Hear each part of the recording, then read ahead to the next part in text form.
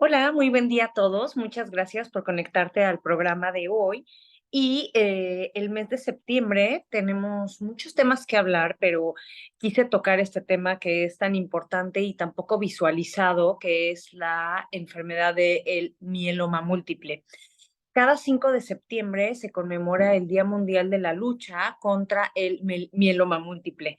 Según la Organización Mundial de la Salud, este padecimiento se define como una neoplasia, que es un cáncer de células plasmáticas multifocal que va a afectar a la médula ósea y que se va a asociar también a la producción en pico o exagerada de una proteína monoclonal sérica y o urinaria, o sea, tanto en sangre y o en la orina. Y esta enfermedad se debe de caracterizar principalmente, vamos a ver, por la presencia de anemia, de hipercalcemia, que es la elevación de calcio en la sangre, insuficiencia renal o daño renal y de lesiones óseas, que vamos a ir viendo más adelante cuáles son las especificaciones de estas lesiones que aparecen en los huesos.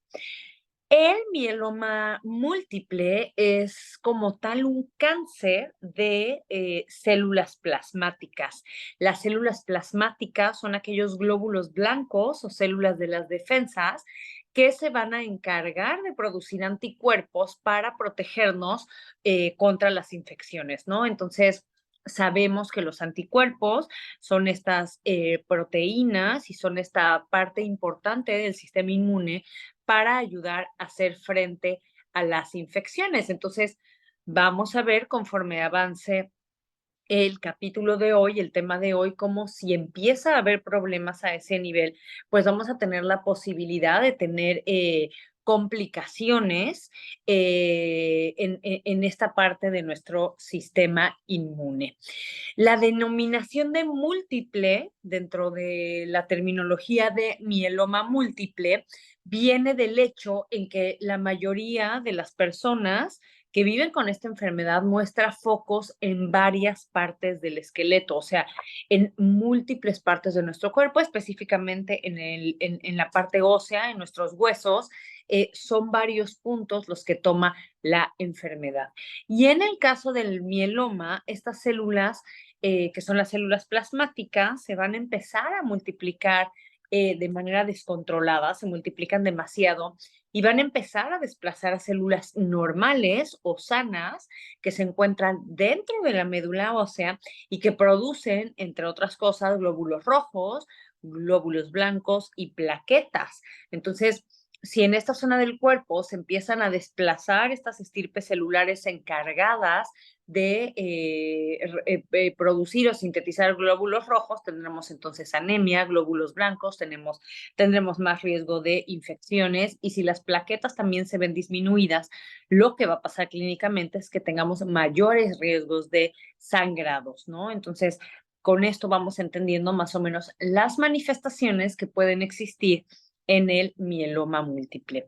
Es muy importante saber que lo que buscamos concientizar en estas fechas internacionales, en estos días de conmemoración organizados por la Organización Mundial de la Salud, es que en el caso del mieloma múltiple, el diagnóstico temprano es importantísimo porque va a permitir que el tratamiento dirigido aumente la sobrevida de las personas que cursan con esta enfermedad, que actualmente se ubica en un promedio de 10 años. Entonces, en la actualidad, si alguien recibe el diagnóstico de mieloma múltiple, tiene un periodo de sobrevida aproximado de 10 años. Ahora, en todo el mundo, la edad promedio de diagnóstico de pacientes con mieloma múltiple es más o menos entre 65 y 70 años, ¿no? Entonces, es un tipo de neoplasia de células sanguíneas que consideramos que es más de personas mayores. Sin embargo, en México, de acuerdo a las estadísticas que se han hecho en nuestro país,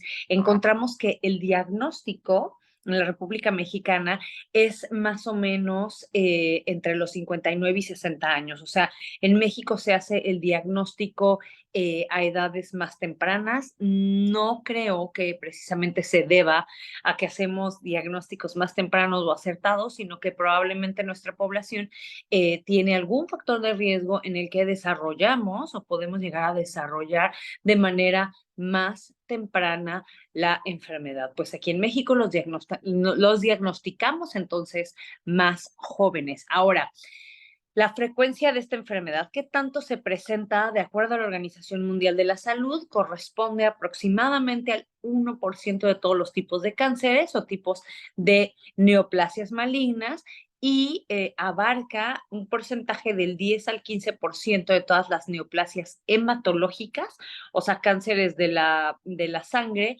y esto es de acuerdo a las guías mexicanas de mieloma. Ahora, en nuestro país, la incidencia de la enfermedad va del 4.2 al 7.7% de todas las enfermedades oncohematológicas, ¿no? Entonces, estos porcentajes un poco más elevado de lo que nos menciona la OMS, que es más o menos el 1% de las enfermedades neoplásicas. Ahora, ¿qué es importante saber acerca del mieloma múltiple? Ya decíamos que es una proliferación excesiva de las células plasmáticas y, bueno, importante situarnos en qué son las células plasmáticas. Las células plasmáticas, provienen de un tipo de estirpe celular que son los linfocitos B, porque existen linfocitos T y linfocitos B. Los linfocitos B, cuando se produce una infección en nuestro cuerpo, van a ser los encargados en hacer frente a la infección y se van a transformar en células plasmáticas cuya función será fabricar anticuerpos o inmunoglobulinas con los que el organismo va a luchar contra la infección. Las células plasmáticas, entre ellas, tienen ciertas diferencias y se especializan entre distintos tipos de infecciones. Entonces, si empieza a haber una anomalía a este nivel, lo que va a empezar a pasar es que pueda haber dentro de los efectos, dentro de las manifestaciones o incluso dentro de las complicaciones de la enfermedad, cambios a este nivel en nuestro sistema inmune. Pero ¿cuáles son los efectos que va a tener este tipo de enfermedad en nuestro cuerpo? Bueno, sobre los huesos. Ya bien decíamos que una parte importante de las manifestaciones o de la manera en la que se presenta la enfermedad es que puede llegar a afectar a nuestros huesos. Normalmente los huesos están en constante remodelación de una manera en la que existe cierto equilibrio entre la formación de hueso con la destrucción del hueso o la destrucción ósea.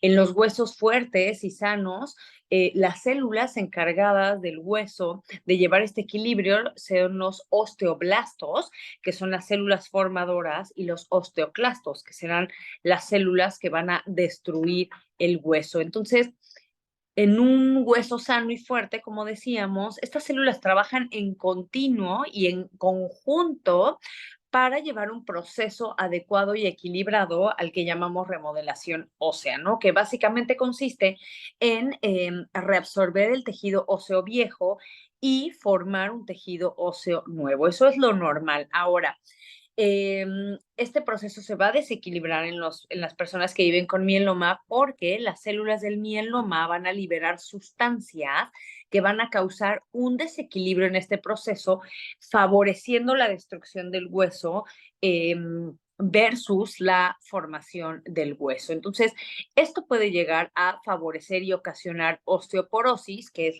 el aumento en la porosidad y fragilidad del hueso, que puede llevar a fracturas o lesiones líticas, que son lesiones como de orificios en los huesos, y estas lesiones las podemos ver y evidenciar en las radiografías y nos puede dar entrada a pensar como un hallazgo importante descartar este tipo de enfermedades. Sin tratamiento, los huesos con lesiones más grandes podrían fracturarse obviamente fácilmente con causas tan simples como inclusive toser, ¿no? Entonces, una persona que tiene mucha fragilidad ósea, tiene este mieloma múltiple, El hecho nada más de respirar fuerte, toser o hacer un esfuerzo como a lo mejor inclinarse o agacharse puede llegar a generar una fractura. El dolor suele ser constante, empeora con el movimiento y cerca del 80% de los pacientes que tienen mieloma tienen algún grado de lesión en los huesos. Comúnmente son en el cráneo, en las clavículas, en las costillas, pero también en la espalda y en la pelvis. Sin embargo, cualquier hueso puede potencialmente verse afectado.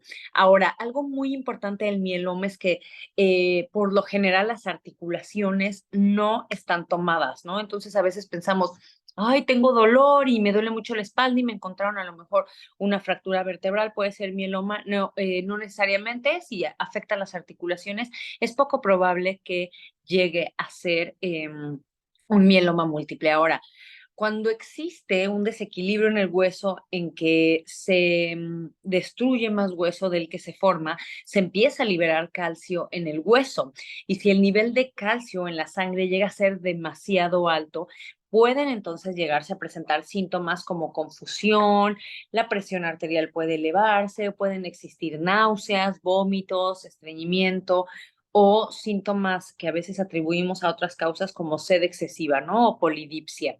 Ahora, eso es en el hueso. ¿Qué es lo que pasa con esta enfermedad o los efectos que tiene sobre la sangre y la médula ósea? Bueno, la médula ósea normalmente produce, ya decíamos, células sanguíneas que van a circular por el cuerpo, ¿no? Entre ellos los eritrocitos, que son los glóbulos rojos, cuya función principal es transportar oxígeno a los tejidos, los glóbulos blancos, que son las células de las defensas y que van a ayudarnos a combatir las infecciones, y las plaquetas, que van a ayudar al proceso de la coagulación y de esta manera evitar sangrados.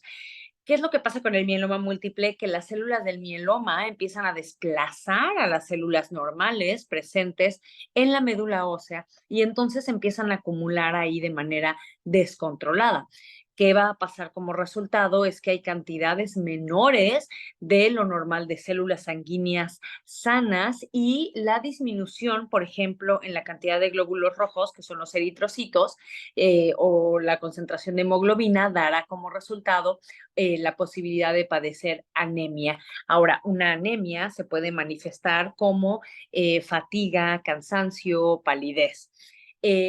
Aproximadamente el 75% de las personas que tienen mieloma múltiple van a desarrollar o desarrollaron anemia, ¿no? El 75%. Ahora, la cantidad de glóbulos blancos, que son los leucocitos, al verse desplazados por un aumento en las células plasmáticas, pueden también disminuir la cantidad de glóbulos blancos y esto puede ocasionar infecciones recurrentes que pueden llegar a ser verdaderamente difíciles de controlar. Y las infecciones que generalmente presentan este tipo de pacientes son infecciones respiratorias o infecciones de vías urinarias. Ahora, cuando se empiezan a afectar más las células o esta parte de las plaquetas, que son importantísimas para la coagulación, pues la manifestación que va a haber es que si hay menos plaquetas, tengamos más riesgo de sangrados. Entonces, se pueden presentar moretones con facilidad o, como mencioné, sangrados con facilidad. Otros efectos que tiene el mieloma múltiple en otros sistemas es que cuando suben mucho la cantidad de células plasmáticas o de estos tipos de anticuerpos, que son una especie de proteínas, esto puede llegar a ser muy nocivo para los riñones. Entonces, si estas proteínas empiezan a filtrarse en la orina puede llegar a tener un aspecto espumoso. Y además, los pacientes pueden empezar a percibir como si retuvieran líquidos, que hubiera edema de miembros pélvicos o hinchazón de las piernas. Puede haber también una sed excesiva, puede haber cambios en el volumen de orina, que de repente sea mucho, que de repente disminuyan los volúmenes urinarios.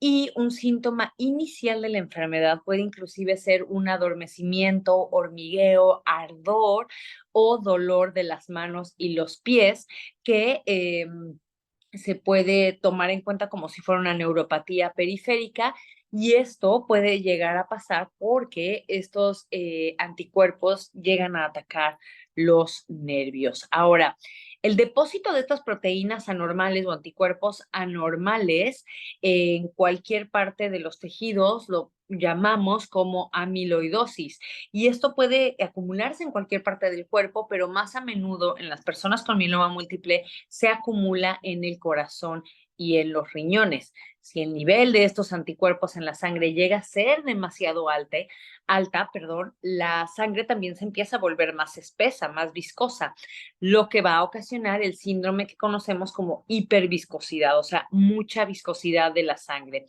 Esto en realidad se presenta en rara vez, pero puede llegar a presentarse de manera más común con ciertos tipos de anticuerpos que causan el mieloma, como las inmunoglobulinas de tipo A o las inmunoglobulinas de tipo M. Entre los signos o síntomas de la hiperviscosidad puede haber sangrados anormales, dolores de cabeza, puede acompañarse de dolor en el pecho, disminución del estado de alerta o cambios así como neurológicos, falta de aliento o falta de respiración.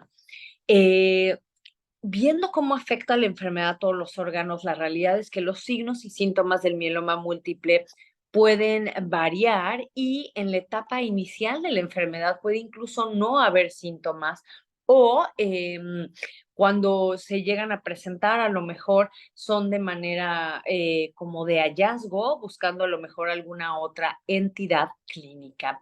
Eh, ya decíamos un poquito cuáles son los síntomas de acuerdo al sistema que puede llegar a atacar el mieloma.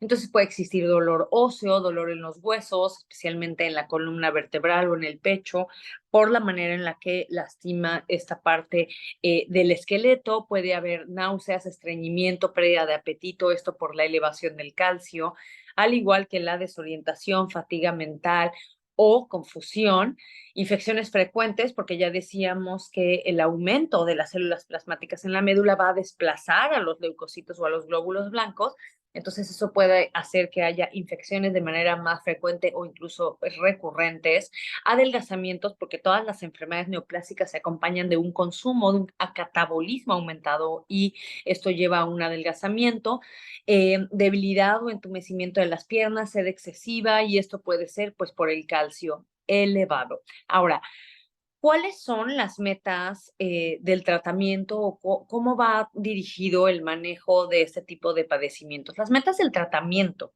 para las personas con mieloma múltiple son reducir síntomas, en primer lugar, retrasar el progreso de la enfermedad, lograr etapas de remisiones prolongadas, extender la supervivencia y al mismo tiempo, por supuesto, mantener la calidad de vida. Hay distintos tratamientos, sin embargo, para elegir el tratamiento adecuado para cada persona con mieloma múltiple, debemos de tomar en cuenta dos puntos importantes, que es la presencia o no de síntomas, porque es muy diferente un mieloma múltiple, a lo mejor en un curso de enfermedad más avanzado, donde los síntomas ya pueden llegar a ser desafiantes, o un mieloma múltiple que se está encontrando como hallazgo en exámenes de rutina o buscando algún otro tipo de padecimiento o enfermedad. Entonces, para elegir el tratamiento debemos de tomar en cuenta esto en primer lugar, si existen síntomas o si no existen síntomas.